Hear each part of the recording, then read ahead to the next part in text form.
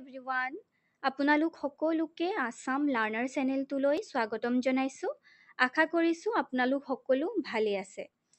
আজি মই আপোনালোকৰ লগত বড়োলেণ্ড ইউনিভাৰ্চিটিৰ কাউন্সেলিং ৰিলেটেড কথা অলপ ডিছকাছ কৰিম। যিহেতু সকলোৱে জানে অহাকালি আপোনালোকৰ কাউন্সেলিং আছে BEdৰ। চ' ইয়াৰ যিখিনি গাইডলাইনছ হয় সেইখিনি মই আপোনালোকৰ লগত ডিছকাছ কৰিম। বহুতে মেছেজ কৰি সুধি আছিলে যে কি ডকুমেণ্টছ নিব লাগিব, কাউন্সেলিং প্ৰচেছটো কেনেকুৱা হয়। চ' এভৰিথিং মই আপোনালোকৰ লগত এতিয়া ডিছকাছ কৰিম। চ' ফাৰ্ষ্ট অফ অল লাষ্টলৈকে ভিডিঅ'টো চাব আৰু যদি কিবা বুজা নাই দেন কমেণ্ট ছেকশ্যনত সুধিব পাৰে, ঠিক আছে। যিমানখিনি পাৰোঁ হেল্প কৰিব চেষ্টা কৰিম। চ' ভিডিঅ'টোলৈ আগবাঢ়োঁ। আপোনালোকে ডকুমেণ্টছ নিব লাগিব। ফাৰ্ষ্ট যোনখিনি OBC MOBC কেণ্ডিডেটছ হয়, আপোনালোকে নিজৰ কাষ্ট চাৰ্টিফিকেটৰ লগত NCL চাৰ্টিফিকেট নিব লাগিব। আপোনালোকে NCL চাৰ্টিফিকেট নিয়াটো কম্পালচৰি হয়, ঠিক আছে। যোনসকলে OBC চিট ক্লেইম কৰিম বুলি ভাবিছে ৰিজাৰ্ভেশ্যনটো, আপোনালোকে NCL চাৰ্টিফিকেটটো নিবই। কাৰণ যদি অকল কাষ্ট চাৰ্টিফিকেট নিয়ে তেতিয়াহ'লে আপোনালোকক ৰিজাৰ্ভেশ্যনত থোৱা নহ'ব। মানে যোনসকল OBC আছে আপোনালোকক তেতিয়া জেনেৰেলত ধৰা হ'ব, URত ধৰা হ'ব। চ' NCL চাৰ্টিফিকেটটো লৈ যাব, ঠিক আছে। এতিয়া আহোঁ EWS কেণ্ডিডেটসকলৰ কথালৈ।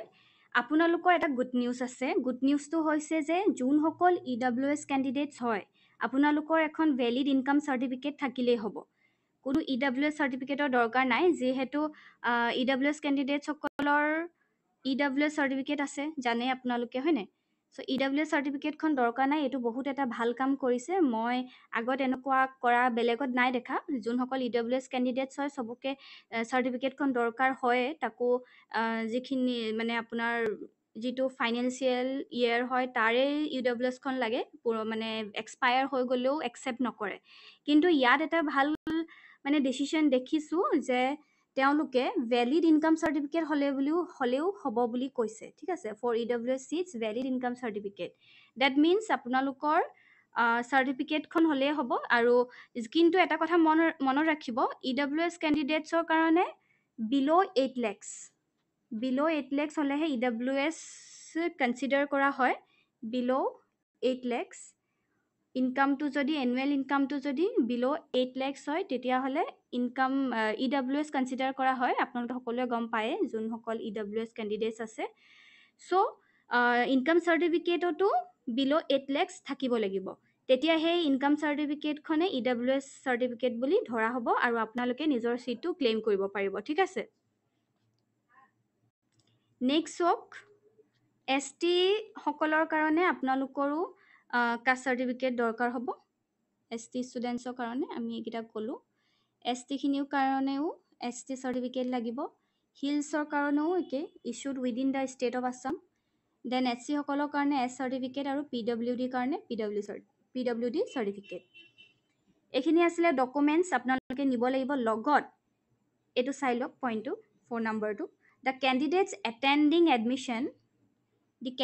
attending admission counseling must submit photocopy of educational qualification certificates and other requisite certificates along with counseling form and entrance admit card during counseling form lagibo, admit card during counseling, and also provide the original certificates during the time of verification in the counseling hall.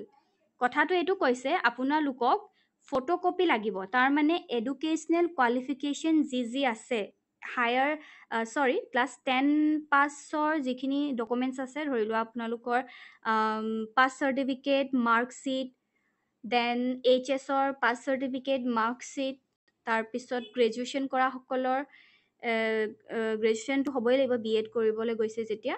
চ' সেইখিনি documents, educational ডকুমেণ্টছখিনিৰ Xerox এটা লৈ যাব চবৰে। Xerox গোটেইখিনি কৰি পিনে এটা ফাইলত ভৰাই নিব। দেন যিখিনি অৰিজিনেল হয়, অৰিজিনেলখিনিও এটা ফাইলত লৈ যাব, ঠিক আছে। ইয়াৰ লগত আপোনালোকে কি কৰিব, যিখিনি জেৰক্স আছে, জেৰক্সখিনি যে ল'ব, তাত আপোনালোকে কাউন্সেলিং ফৰ্মখন ফিল আপ কৰি এটেচ কৰি ল'ব, ঠিক আছে। জেৰক্সখিনিৰ লগত কাউন্সেলিং ফৰ্মখন ফিল আপ কৰিব। লগতে এডমিট কাৰ্ডখন লৈ যাব। এডমিট কাৰ্ড যিখন আছিলে আপোনালোকৰ এণ্ট্ৰেঞ্চ দিব যাওঁতে যিখন এডমিট কাৰ্ড লৈ গৈছিলে সেইখনো লগত লৈ ল'ব। আৰু এটা কাম কৰিব, ইয়াত আপোনালোকক লিখি নাই দিয়া, কিন্তু মে বি দৰকাৰ হৈ যায় কেতিয়াবা, ঠিক আছে। যিখন এডমিশ্যন যিখন এপ্লিকেশ্যন আছিলে, এপ্লিকেশ্যন ফৰ্ম আছিলে, সেইখন যদি আপোনালোকে প্ৰিণ্ট আউট কৰি থৈছে, দেন আপোনালোকে লৈ যাব পাৰে। যিখন এপ্লিকেশ্যন ফৰ্ম আছিলে সেইখন প্ৰিণ্ট আউট যদি কাৰোবাৰ কৰা আছে, দেন এখন লৈ যাব পাৰে। ইয়াত যিহেতু মেনশ্যন নাই, চ' মেণ্ডেটৰী নহয়, বাট থাকিলে লৈ যাব, ঠিক আছে। আৰু এডমিট কাৰ্ডখন নিবলৈ কিন্তু নাপাহৰিব। মই আকৌ এবাৰ কৈছোঁ, এডমিট কাৰ্ডখন লৈ যাব, কাউন্সেলিং ফৰ্মখন নিব, ফিল আপ কৰি নিব, দেন 10 পাছৰ পৰা একদম গ্ৰেজুৱেশ্যনলৈকে যিখিনি ডকুমেণ্টছ আছে, মানে আপোনাৰ পাছ চাৰ্টিফিকেট আৰু মাৰ্কশ্বিট সকলোবোৰ জেৰক্স কৰি ল'ব, দেন গোটেইখিনি এটা ষ্টেপল কৰি পিনে গোটেইখিনি এটেচ কৰি ল'ব, ঠিক আছে। আৰু যিখিনি অৰিজিনেল হয় সেইখিনি এটা এক্সট্ৰা ফাইলত ভৰাই ল'ব। নেক্সটটো চাওঁ পইণ্টটো, candidate who declines the BEd MAd seat offered during first counseling will not be given second chance to attend the counseling again. এইটো এটা ইম্পৰ্টেণ্ট পইণ্ট হয় যিটো ভুল আগত কৰিছে ষ্টুডেণ্টে। চ' মই আপোনালোকক এলাৰ্ট কৰি দিব বিচাৰোঁ। চ' যোনসকলে ছিটটো ল'ব, ঠিক আছে, ফাৰ্ষ্ট কাউন্সেলিং এটেণ্ড কৰিবলৈ যোনসকল যাব আপোনালোকে ছিটটো পালে, ঠিক আছে।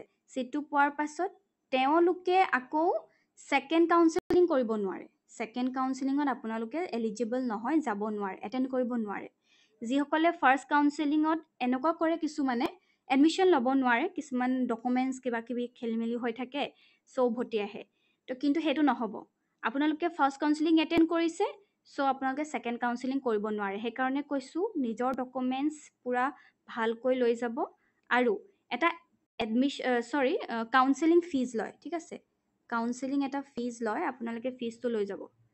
ফিজটো হৈছে যোৱা বছৰ লৈছিলে 600, যোৱা বছৰ 600 লৈছিলে, অলপ পাহৰি গৈছোঁ। য়েছ যোৱা বছৰ 600 লৈছিলে। আপোনালোকে এটা কাম কৰিব,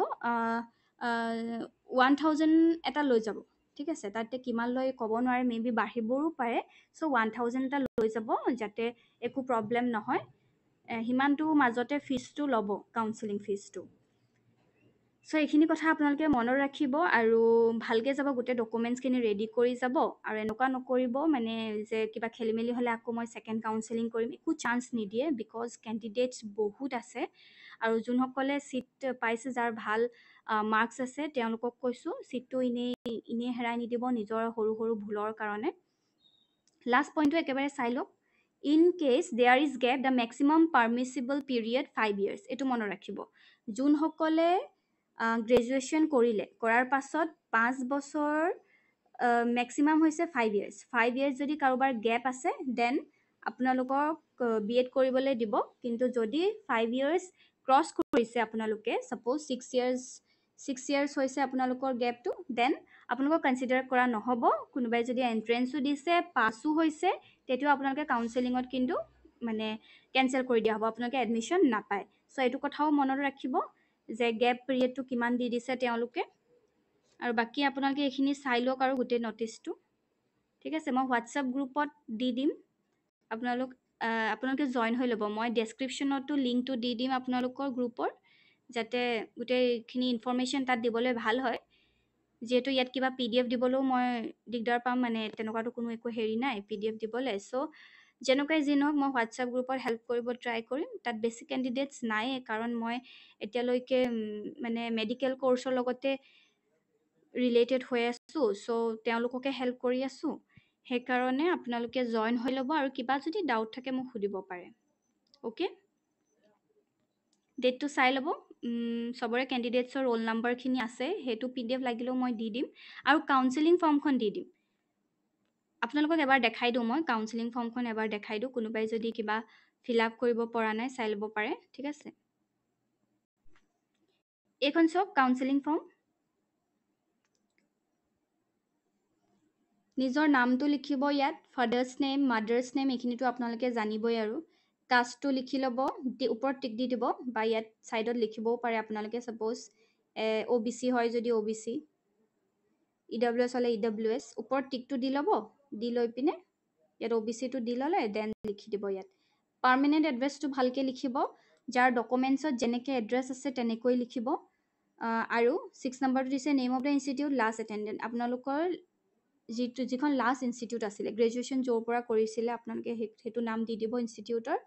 then date of last examination pass, graduation pass কৰাৰ যিটো মানে ডেট হয় সেইটো দি দিব।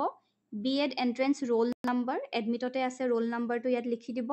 B.Ed এণ্ট্ৰেন্স মাৰ্কছ কিমান পালে, দেন আপোনালোকৰ যিটো গ্ৰেজুৱেশ্যন মানে যোনটো ষ্ট্ৰীমৰ পৰা কৰিছে BA BSc BCom তাৰ মাৰ্কছটো লিখি দিব ইয়াত, পাৰ্চেণ্টেজটো লিখি দিব। CGPA থাকে যিহেতু আপোনালোকে পাৰ্চেণ্টেজলৈ কনভাৰ্ট কৰি ল'ব, সেইটোতো জানেই চাগে, আৰু যদিও নাজানে মোক সুধিব পাৰে হোৱাটছআপত, মই আপোনালোকক দেখাই দিম। Then PG marks if any, যোনে কোনোবাই যদি মানে মাষ্টাৰ্ছ কৰিছে আপোনালোকে, দেন ইয়াত এইটো ফিল আপ কৰিব পাৰে। তাৰ পাছত তাৰ পাৰ্চেণ্টেজটো, ডকুমেণ্টছ ভেৰিফিকেশ্যনৰ কাৰণে চব যিখিনি HSLC হয় আপোনালোকে লগতো ডকুমেণ্টছ নিবই, একো ভুল নকৰিব, ঠিক আছে। কাউন্সেলিং ফৰ্মখন আগে চাব, চ' সেইটো আপোনালোকৰ ফাৰ্ষ্ট ইম্প্ৰেশ্যন হয়, ইয়াত যদি ভুল হয় দেন মানে অলপ বেয়া হয় আৰু, কাৰণ ডকুমেণ্টছখিনি আকৌ চাব, চ' প্লিজ ভুল নকৰিব। HSৰ year of passing, percentage, remarks if any বুলি লিখিছে, এইটো আপোনালোকে খালী থ'ব পাৰে দেই। HSৰ লিখি দিব ইয়েৰ অফ পাছিং আৰু পাৰ্চেণ্টেজ। দেন UG মিনছ ডিগ্ৰীটোৰ কথা সুধিছে, গ্ৰেজুৱেশ্যনৰ ইয়েৰ অফ ইয়েৰটো লিখি দিব পাছ কৰা, ইয়াত ডেট লিখিব পোৱা নাই কিন্তু দেই, অকল আপোনালোকে ইয়েৰটো লিখিলেই হ'ব। যদি যোৱা বছৰ কোনোবাই পাছ কৰিছে 2023 গ্ৰেজুৱেশ্যন, ঠিক আছে, তেনেকৈ পাৰ্চেণ্টেজটো লিখিব। PG কৰা হ'লে লিখিব, এনি আদাৰ দিছে এইটো আপোনালোকে নিদিলেও হ'ব, ঠিক আছে, ইমান বেছি এইটো ইম্পৰ্টেণ্ট নহয়। কাৰোবাৰ যদি কিবা আছে ডিপ্ল'মা দেন দিব পাৰে, এইটো কোনো প্ৰব্লেম নাই।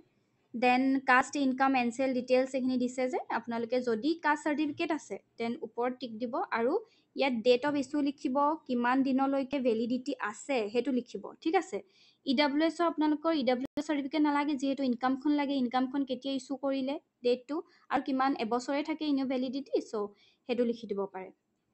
দেন ইয়াত আপোনালোকে ডেটটো লিখি দিব, নিজৰ চাইনটো ইয়াত মাৰি দিব। তাৰপাছত 12 নম্বৰ পইণ্টটো কৈছে, verified the submitted documents information and found in order may be consider for B.Ed seat allotment. মই আৰু এটা আপোনালোকক কথা কৈ দিওঁ, এইখিনি আগে আপোনালোকে চাই লওকচোন। মানে য'ত আপোনালোকে এডমিশ্যন পাব ন, সেইটো লিখিব লাগে ইয়াত কাউন্সেলিং ফৰ্মখনত। এইটো আপোনালোকৰ কাৰণে নহয় একচুৱেলি, এইটো এডমিশ্যনৰ টাইমত হ'ব আৰু, allotted name of college category এইখিনি লিখিব লাগে। আপোনালোকে ইয়ালৈকে ফৰ্মখন ফিল আপ কৰি গ'লে হ'ব, ছিগনেচাৰ ইয়ালৈকে চাইনলৈকে মাৰি যাব, দেন এইখিনি হৈ যাব, ঠিক আছে। এইখন Medৰ কাৰণে হয়। ইয়াৰ পাছত এখন চিট কনফাৰ্মেশ্যন ফৰ্ম আছে, সেইটো মোক বহুতে কুৱেশ্যন সুধি আছিলে যে কাউন্সেলিঙৰ দিনা লৈ যাম নেকি, লৈ যাব। চিট ফৰ্মখন যেতিয়ালৈকে কনফাৰ্মেশ্যন ফৰ্মখন যেতিয়া দিছে আপোনালোকক, ফৰ্ম ফিল আপ কৰি পিনে আপোনালোকে লৈ যাব। এইখন হৈছে উইদিন 7 days টাইম দিব আপোনালোকে চিটটো পোৱাৰ পাছত, ঠিক আছে। আপোনালোকে চিটটো পাব নহয়, যোনখন কলেজত পালে, যোনখন কলেজত পায় ডাইট যোনখনত পাব, সেই ডাইটখনত গৈ পিনে আপোনালোকে এডমিশ্যন ল'ব লাগে। তাত গৈ পিনে আপোনালোকে চিট কনফাৰ্মেশ্যনখন ছাবমিট কৰিব লাগিব উইদিন 7 days। সেইটো আপোনালোকক কৈ দিব, কালিলৈ আপোনালোকক কৈ দিব, তাত কাউন্সেলিঙৰ টাইমত কৈ দিয়ে উইদিন 7 days। উইদিন 7 days আপোনালোকে সেইখন ছাবমিট কৰিব লাগে, যিখন চিট কনফাৰ্মেশ্যন ফৰ্ম আছে, ঠিক আছে। চ' সেইখন ফিল আপ কৰি লৈ যাব পাৰে আপোনালোকে, তাত বাকীখিনিতো কথা বুজাই দিব, অ'কে। চ' ইমানখিনিয়ে আছিলে, ভিডিঅ'টো বেছি দীঘল হৈ যাব মই আৰু যদি ইয়াত বেছিকৈ মানে এক্সপ্লেইন কৰোঁ। চ' মই 2D পইণ্ট আপোনালোকক সকলোখিনি কথা বুজাই দিলোঁ। যদি কিবা ডাউট থাকে কমেণ্ট ছেকশ্যনত জনাই দিব, যিহেতু কালি আছেই কাউন্সেলিং, আৰু কিবা হেৰি মই হোৱাটছআপ গ্ৰুপটো দি দিম, তাত জইন হৈ আপোনালোকে ডিছকাছ কৰিব পাৰে। বাকী ভালকৈ যাব, কালি কাউন্সেলিং ভালকৈ কৰিব। মই সকলোকে আকৌ এবাৰ কৈছোঁ যে ডকুমেণ্টছখিনি ভালকৈ লৈ যাব, একো বাকী নথ'ব, ঠিক আছে। গোটেইখিনি লৈ যাব, নিজৰ ফটো লৈ যাব। লগতে আৰু এটা বস্তু মই নক'লোঁ, ইয়াত লিখাও নাই, ID প্ৰুফটো লৈ যাব, নিজৰ ID প্ৰুফটো লৈ যাব। মে বি তাত দৰকাৰ হৈ যাব পাৰে, ID প্ৰুফ এটা লৈ গ'লে ভাল, আধাৰ কাৰ্ড বা পেন কাৰ্ড যাৰ যেনেকৈ আছে, পেন কাৰ্ড আধাৰ কাৰ্ড তেনেকুৱাটো লৈ যাব। চ' ইমানখিনি আছিলে, যিখিনি ক'লোঁ আকৌ এবাৰ চাই ভালকৈ বুজি গোটেইখিনি বস্তু লৈ যাব, আৰু মোক জনাব হোৱাটছআপ গ্ৰুপত জইন হৈ আপোনালোকৰ কেনেকুৱা গ'ল কালি দিনটো। ইমানেই আছিলে, অল দ্য বেষ্ট, ভালকৈ মানে গোটেইখিনি প্ৰিপাৰেশ্যন কৰি মেলি যাব বুলি মই আশা ৰাখিলোঁ আপোনালোকৰ পৰা। চ' আজিলৈ ইমানটোৱে আছিলে, থেংক ইউ।